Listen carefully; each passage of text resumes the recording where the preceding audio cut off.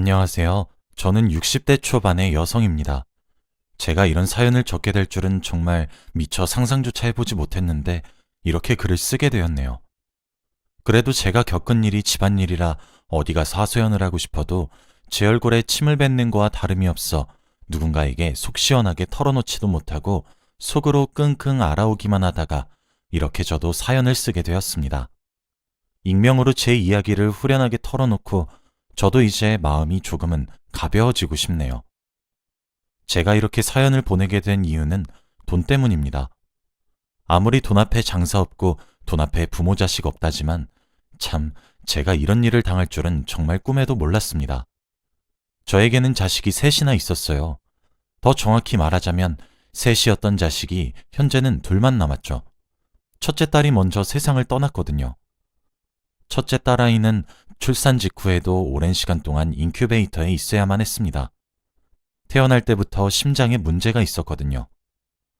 선천적인 심장 질환으로 첫째 아이는 갓난아이 시절부터 몇 번이나 커다란 수술을 해야 했고 생사의 고비를 넘겨야만 했습니다.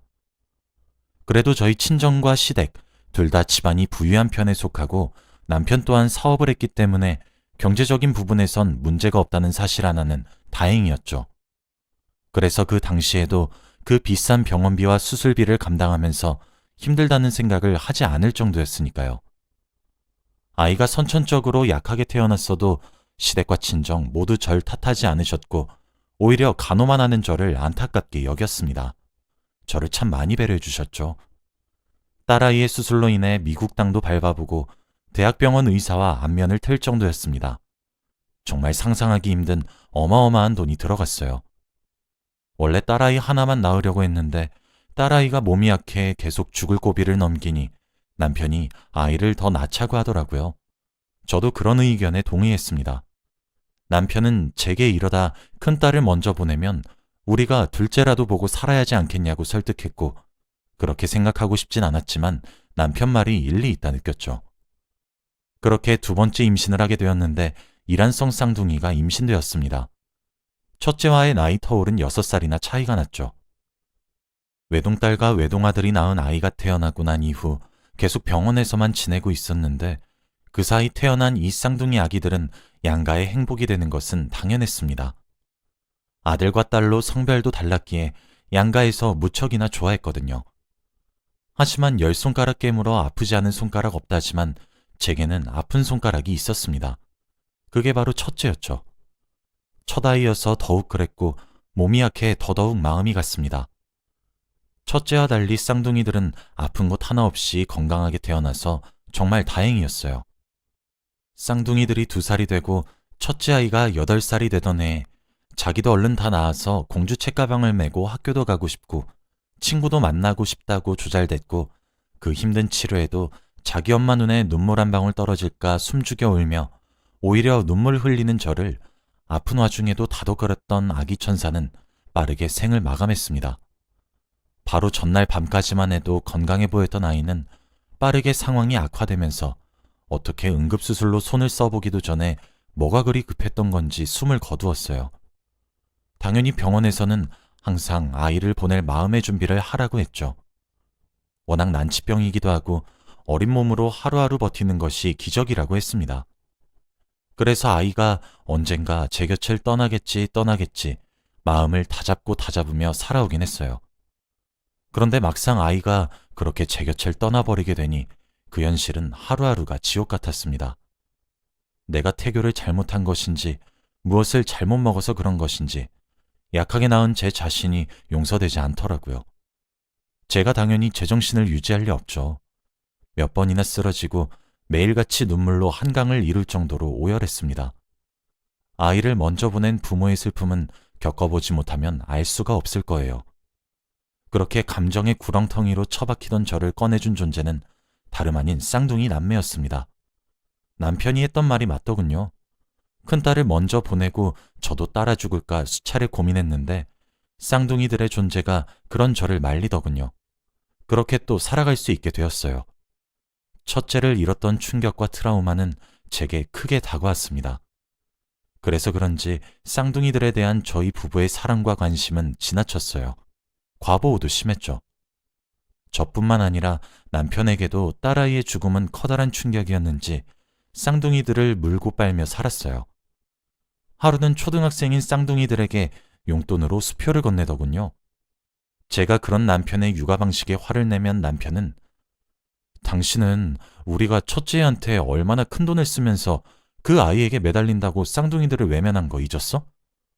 그때 당시에는 첫째 앞으로 병원비만 한 달에 수천만 원이 나간 적도 있었어. 그때 쌍둥이들은 양가에서 돌아가며 돌봤고 난 남은 아이들의 어린 시절을 함께하지 못한 것도 죄스러워. 그런데 고작 10만 원짜리 수표 한 장 용돈으로 준 게 그렇게 잘못됐어? 첫째한테 한 거 반의 반도 안 되는 돈이야. 라며 되려 저를 죄인으로 만들었죠. 저희 부부는 쌍둥이의 훈육 문제로도 굉장히 자주 다퉜습니다. 경제권은 남편이 쥐고 있었던지라 제가 아무리 화를 내고 말리고 훈육을 해도 남편은 들은 척도 하지 않더군요. 그래도 2분 빨리 태어나 누나였던 딸아이는 어른스럽고 제 속을 많이 헤아려 주었습니다. 하지만 남동생인 아들은 하루가 다르게 크면 클수록 엄마 알기를 우습게 알더군요. 하긴 남편의 태도가 그러한데 아들이 무얼 보고 배우겠습니까? 딸은 제가 같은 성별을 가지고 있어서 그런지 제 말을 잘 들으려고 노력했고 저를 잘 따라주더라고요. 저도 그런 딸에게 더 정이 간 것 또한 사실입니다. 저도 엄마이기 전에 한 사람이니까요. 딸아이는 그래서 그런지 아들보다 공부도 훨씬 잘했고 제 속을 한번 썩이거나 그러지 않았습니다. 반면 아들은 사춘기가 크게 온 것인지 매일 밖에 나다니면서 학교에서 사고치고 제가 불려다니기 일쑤였죠. 누나인 딸이 뭐라 화를 내고 다그치면 남동생은 딴의 누나의 말은 그래도 듣는 척은 좀 하더군요. 저는 철저히 엄마로서의 권위를 아들에겐 잃었지만요. 아들은 본인이 아빠의 사업을 이어받겠다 큰 소리만 칠 줄 알지 사실 할 줄 아는 게 아무것도 없었어요. 누나인 딸아이가 명문여고에 입학해 명문대에 입학을 하는 순간까지도 아들은 실업계에 입학을 해 비행하기 일쑤였죠. 그런 환경에서 제가 아들을 다시 바른 길로 인도하기 위해 훈육을 하기엔 권위가 없었습니다. 남편도 아들이 점점 성년이 되어가자 문제점을 느끼기 시작했고 결국 유학을 보냈어요. 하지만 유학을 보낸 미국에서도 술을 마시며 방탕히 삶을 살기만 할 뿐 학교에서 오히려 제적까지 당하더군요. 남편은 그런 아들을 한국에 불러내 억지로 군대에 들여보냈습니다. 그쯤 되니 그나마 듣는 척은 했었던 남편의 훈육도 통하지 않았죠. 남편은 그제서야 아들에 관해 제게 상의를 하려 했지만 저도 마음이 많이 상한 뒤였고 아들이 갱생하기도 늦은 시점이었습니다. 남편은 마지막이라 생각을 하며 아들이 전역을 하고 난 뒤 본인 회사에서 일을 배우라 시켰지만 그조차도 제대로 해내질 못하더군요. 출근조차 제 시간에 하지 못하는 모습을 보더니 남편은 그때서야 깨달았다고 합니다. 본인 아들이 너무 늦었고 잘못 키웠다는 점을 말이죠. 남편은 늦어도 바로잡으려고 노력했지만 그럴수록 번번이 아들은 엇나가기만 했습니다. 결국 화가 폭발한 남편은 아들에게 해주었던 모든 지원을 끊고 집에서 쫓아냈어요. 어이가 없었던 것은 그렇게 오랜 시간 저를 소외시키고 무시해놓고 모든 것을 잃을 때가 되어서야 제게 엄마 하며 손을 뻗더군요. 저는 그런 아들을 외면했습니다. 제가 한 행동이 엄마로서 지탄받아야 할 행동이라고 하신다면 저도 할 말은 딱히 없어요. 하지만 저도 엄마이기 이전에 한 아이를 잃은 사람이고 뒤늦게라도 노력해 끝까지 포기하지 않아 보려고 노력했었던 사람입니다. 그리고 저도 감정을 느껴요. 남편과 아들의 숱한 무시 속에서 저는 우울증이 찾아왔고 불면증에 십수년이 넘는 세월 동안 시달렸습니다. 그런 제가 삶을 포기하지 않았던 이유는 딱 하나, 제 남은 딸아이 덕분이었어요. 딸아이 하나만큼은 제 말에 귀 기울여 들어주었거든요. 당시 딸도 어렸던 나이였는데 제게 힘이 돼주었죠. 남편은 그래도 아들에게 물려주려 했었던 회사를 딸에게 물려주겠다 선언을 했고 딸아이도 이를 받아들였습니다. 딸아이가 그러더군요. 열심히 살아오고 일궈낸 회사를 저런 기본도 안 된 애가 물려받아 말아먹을 뻔했다고 말입니다. 사실 제 눈에도 딸아이가 더 적합했어요. 명문대의 유학 스펙까지 수재로 불렸던 아이이기도 하고 매사가 성실하고 꼼꼼하며 마음도 따뜻한 아이니 회사에 가서도 일도 잘하고 아랫사람도 잘 살피겠다 싶었죠. 그런데 이 일이 아들에게 커다란 분노를 느끼게 했고 아들은 해서는 안 될 짓을 했습니다. 하루는 집에서 혼자 차를 한 잔 마시면서 책을 읽고 있는데 전화가 한 통 걸려왔어요. 그건 병원에서 온 전화였고 응급실이었습니다. 저는 다급하게 병원으로 뛰어갔어요. 남편과 딸아이 둘 다 크게 다쳤고 교통사고였다고 하더군요. 사고 원인은 브레이크 고장이었고 차 속도가 줄어들지 않아 그만 사고가 났다고 합니다. 생각보다 큰 수술에 시댁과 친정에서도 모두 병원으로 한 걸음에 달려왔고 아들도 병원으로 왔죠. 저는 첫째 아이가 하늘로 갔었던 날과 기억이 겹치면서 제정신을 차릴 수가 없더군요. 악몽과도 같은 시간이었죠. 10년 같은 10시간의 대수술 끝에 남편과 딸아이는 다행스럽게도 목숨을 건질 수가 있었습니다. 그러나 의식은 돌아오지 않았죠. 의사 선생님의 말에 따르자면 이틀 내로 의식이 돌아올 것 같으니 마음을 놓으란 이야기뿐이었습니다. 집에도 들어가지 않고 남편과 딸아이의 곁을 꼬박 지켰어요. 하나 있는 아들은 자신의 누나와 아빠가 큰 사고를 겪었다는데도 병원에 얼굴 몇 번 비추고는 말았습니다. 의사 선생님의 말대로 남편과 딸아이는 정신을 차렸어요. 그런데 이상한 소리를 하더군요. 회사로 출근했을 때 멀쩡했던 브레이크가 갑자기 말을 듣지 않았다고요. 보험 처리에 필요하니 저는 남편에게 자동차의 수리를 권유했습니다. 그런데 두 사람이 일어났다는 소식에 병원에 온 아들이 남편을 말리더군요. 똥차여서 사고가 난 것이니 차를 바꾸고 그 차는 폐차나 시키라며 성이란 썽은 다 내면서 말이에요. 남편은 말도 들어먹지 않던 아들이 그런 소리를 하니 고맙다면서 감동이나 받고 앉아있는 꼴이 기가 차서. 그래서 제가 따로 남편과 딸아이 몰래 조사를 의뢰했습니다. 자동차의 블랙박스부터 남편 회사 주차장의 CCTV까지 싹 다요. 그리고 저는 충격적인 진실을 알게 되었죠. 그 사고는 절대 사고로 일어난 일이 아니었습니다. 누군가에 의해 조작된 브레이크가 제 기능을 하지 못하게 된 것이었고 그로 인해 아침 출근까지 문제없던 차량이 사고를 일으키게 된 거였죠. 그리고 브레이크에 손을 댄 인물은 바로 제 아들이었습니다. 그 사실을 알게 되었을 때 저는 정말 믿기지가 않았어요. 아무리 양아치처럼 자랐고 엄마 알기를 우습게 알아도 최소한의 도리는 지키며 살 줄 알았습니다. 자신과 함께 나온 누나와 그렇게 사랑을 해주었던 아버지를 사고로 위장할 줄도 몰랐어요. 저는 그 증거들을 따로 잘 보관하고 복사를 해 아들과 따로 만나 눈앞에서 그것들을 보여주었습니다. 그런데 제 아들이 한 행동이 뭔 줄 아세요? 저는 자신이 미쳤다고, 정말 잘못했다고 눈물이라도 흘리며 빌 줄 알았습니다. 그래도 내 배 아파 낳은 자식이라 잘못했다고 빌면 이 사실을 숨겨야 하는 게 맞는 건가 아닌 건가 하며 정말 어리석은 고민도 했었고요. 그런데 아들은 그 자료들을 그 자리에서 갈기갈기 찢고 영상을 삭제하며 그 잔해 모두를 자기 가방에 쑤셔 넣더군요. 너 이게 뭐 하는 짓이야? 너 정말 무슨 생각으로 그런 짓을 벌였던 거냐고. 그거 도로 다시 내놓지 못해? 라는 제 말에 당신 아니었음 아버지 회사 내 회사가 되었을 텐데 라고 하더군요. 다리에 힘이 풀려 의자에 털썩 주저앉은 저를 보더니 도망치듯 빠져나갔습니다. 제가 내놓으라 난리를 쳐서 그런지 그것들이 복사본이란 사실은 꿈에도 모르는 듯 했어요. 늘상 무시하던 엄마였으니 당연히 바보 멍청이처럼 원본을 들이밀었구나 속 편한 착각을 하더군요.